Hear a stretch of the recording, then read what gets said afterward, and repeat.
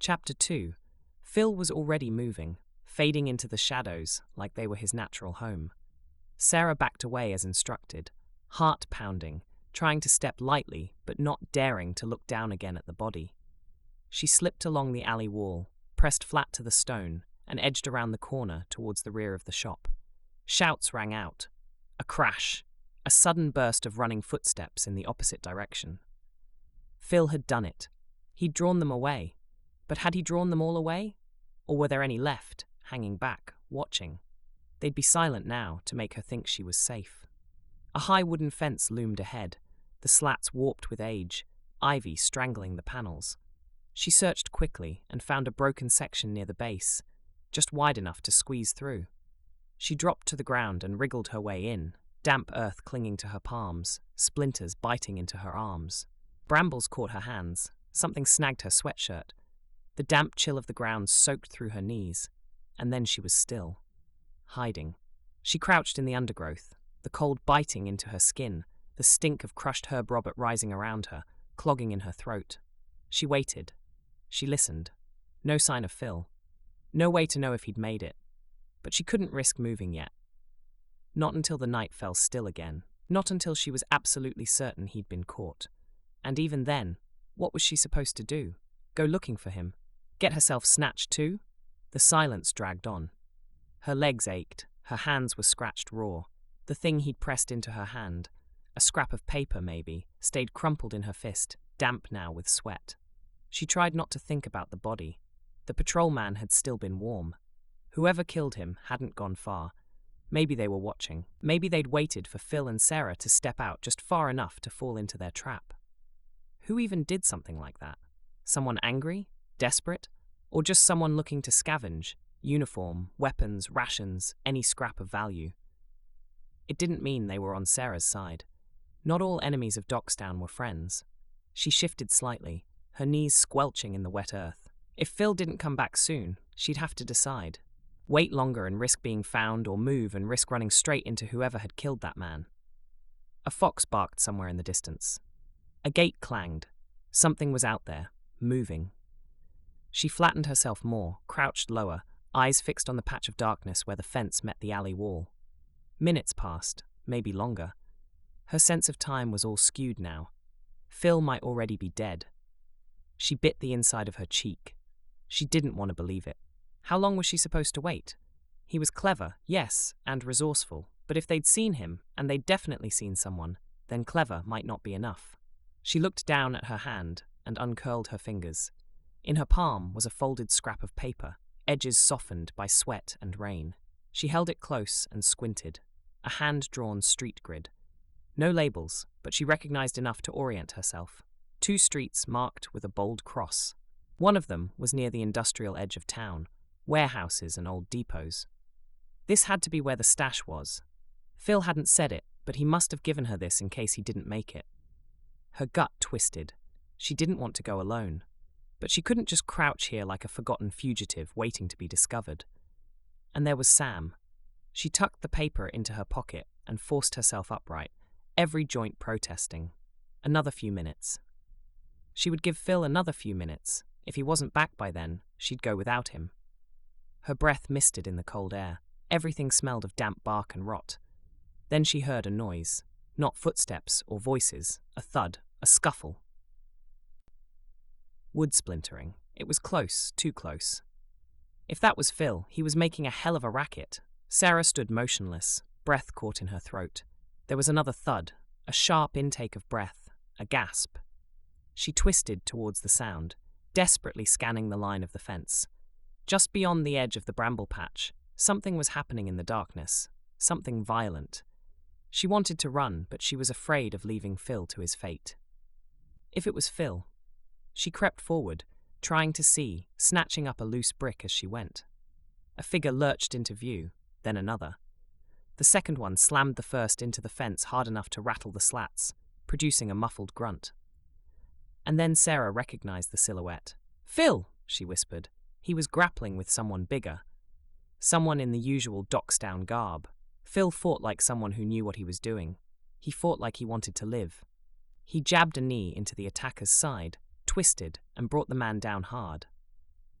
Sarah didn't stop to think. She surged forward, brick raised and swung with every ounce of force she had. The crack was sickening. The man slumped sideways. Sarah dropped the brick. Phil staggered back, catching himself on the fence. Nice timing. Are you hurt? No, winded. He jumped me before I could get to you. She helped him straighten. He looked at the man on the ground. We need to go, Sarah said. Now. You gave me a map. Phil nodded, already pulling himself together. The warehouse. My contact's meeting us there. Assuming he hasn't bailed. Let's move before more of them come looking. Sarah didn't argue. Whatever had just happened, whatever had driven someone to kill a patrol officer outside Phil's shop, whatever was still stalking these streets, they didn't have time to think about it now. They slipped out into the night, Phil taking the lead. Sarah soon lost all sense of direction along the winding route of alleys and side streets. Their boots scuffed softly on the gritty concrete. The moonlight, while helpful, was also dangerous. Tonight, there seemed to be a lot of moonlight. Sarah stayed as close to Phil as she could without crashing into him. All the while, she strained her ears and eyes for any sound or sign of danger. But the streets remained still and silent. They encountered no one, yet Sarah could not shake the feeling of eyes upon them. She was glad when Phil finally stopped beside a derelict warehouse on the outskirts of town. He pulled back a sagging section of chain-link fence.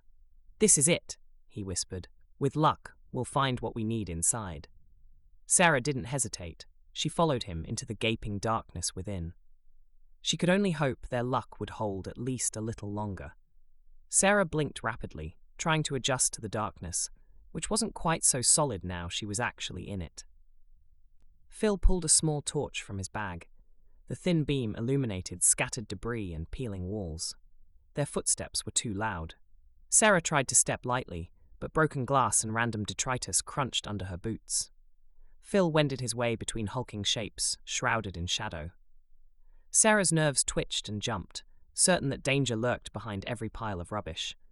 But the warehouse appeared empty, devoid of life, the air thick with the smell of damp and decay. Even the silence seemed to smell bad. This way, Phil murmured, directing the torch beam towards a door hanging crookedly from one hinge. Sarah hurried after him. She was anxious to get what they needed and get out. The next room was even darker. Phil swept his light around. It showed a small office area. A desk lay on its side, the drawers hanging open and empty. Cabinets along the walls gaped with missing doors. Doesn't look like anyone's been here in a while. Sarah whispered. Phil shook his head. No, they just want it to look that way. The stash is hidden. He crossed to the far wall and ran his hands along the dingy paneling.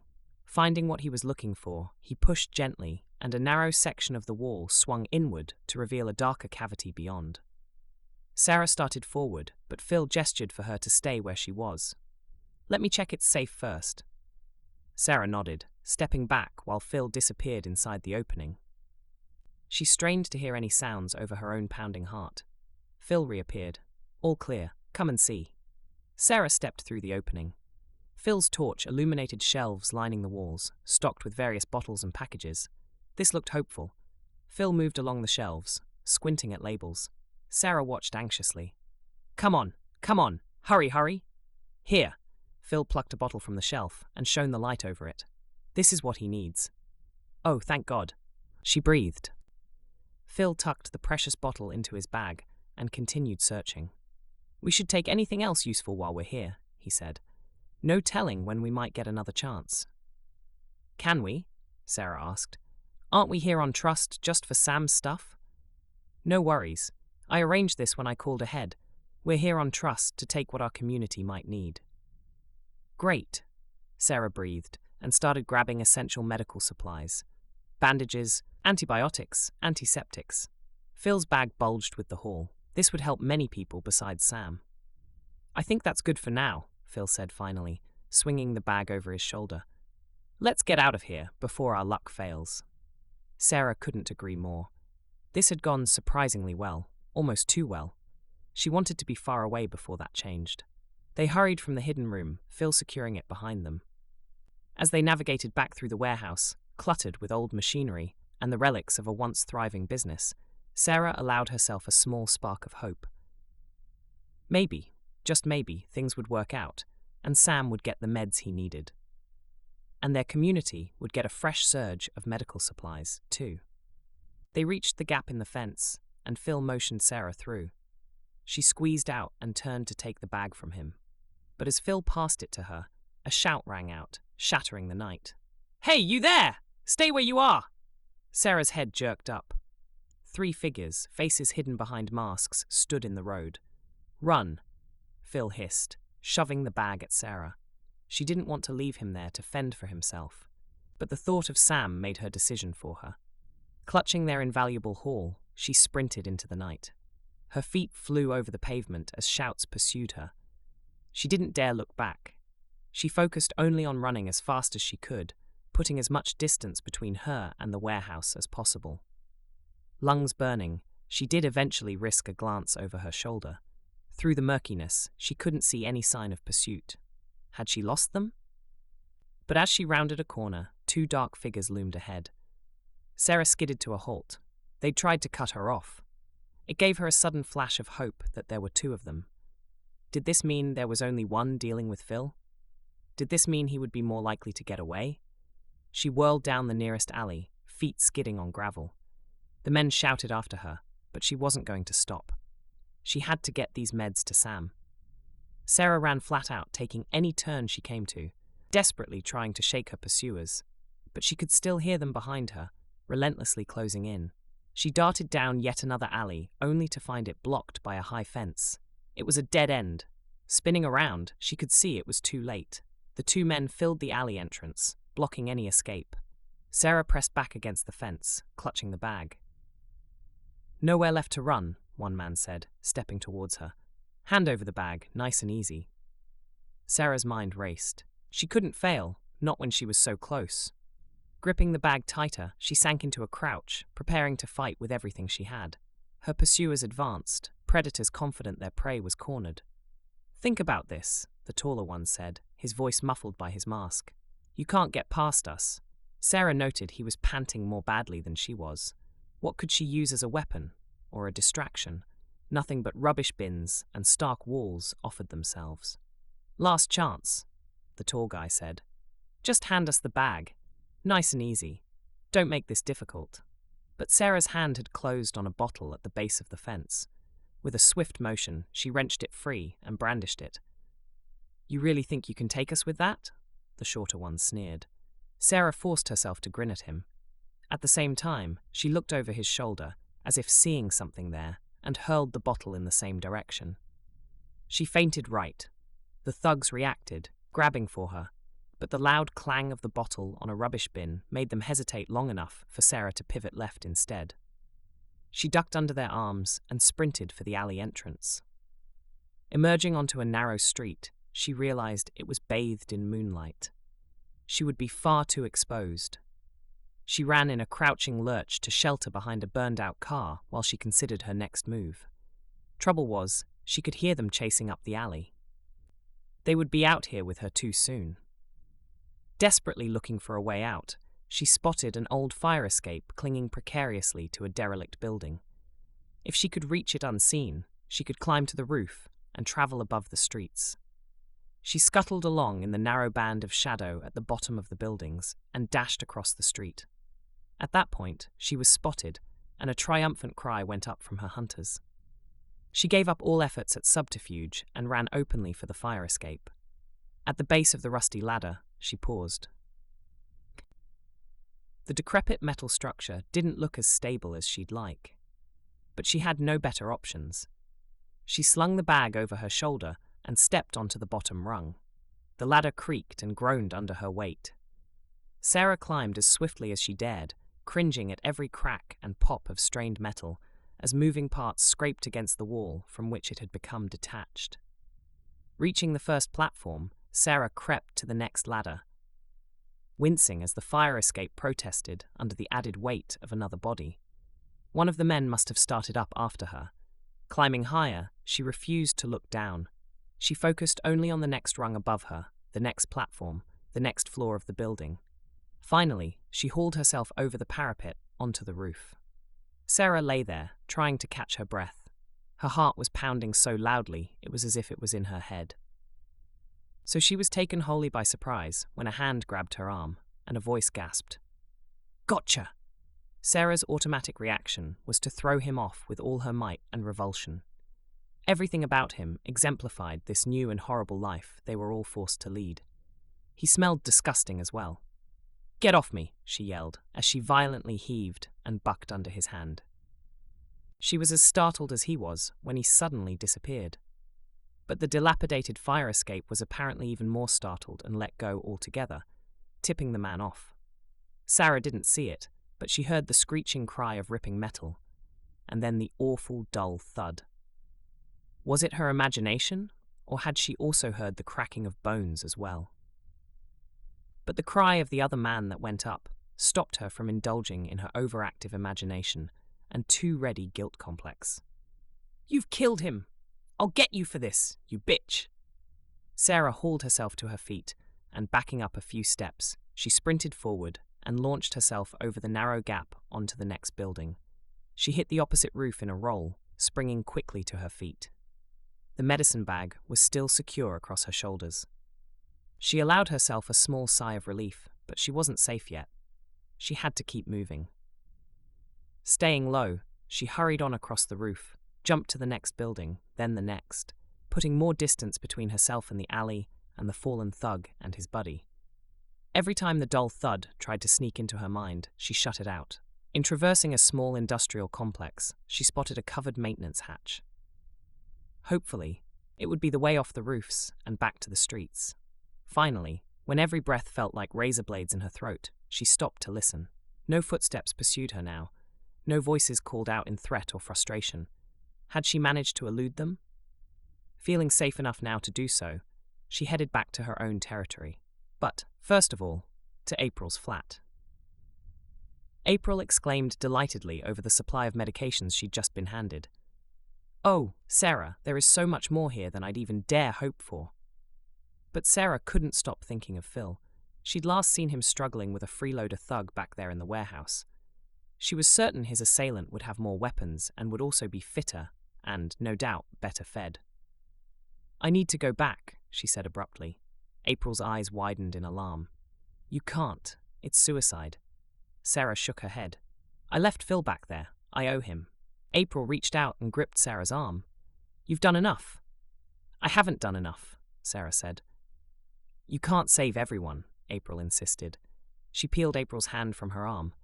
"I have to make sure Phil is okay. If not for him, we wouldn't have these meds."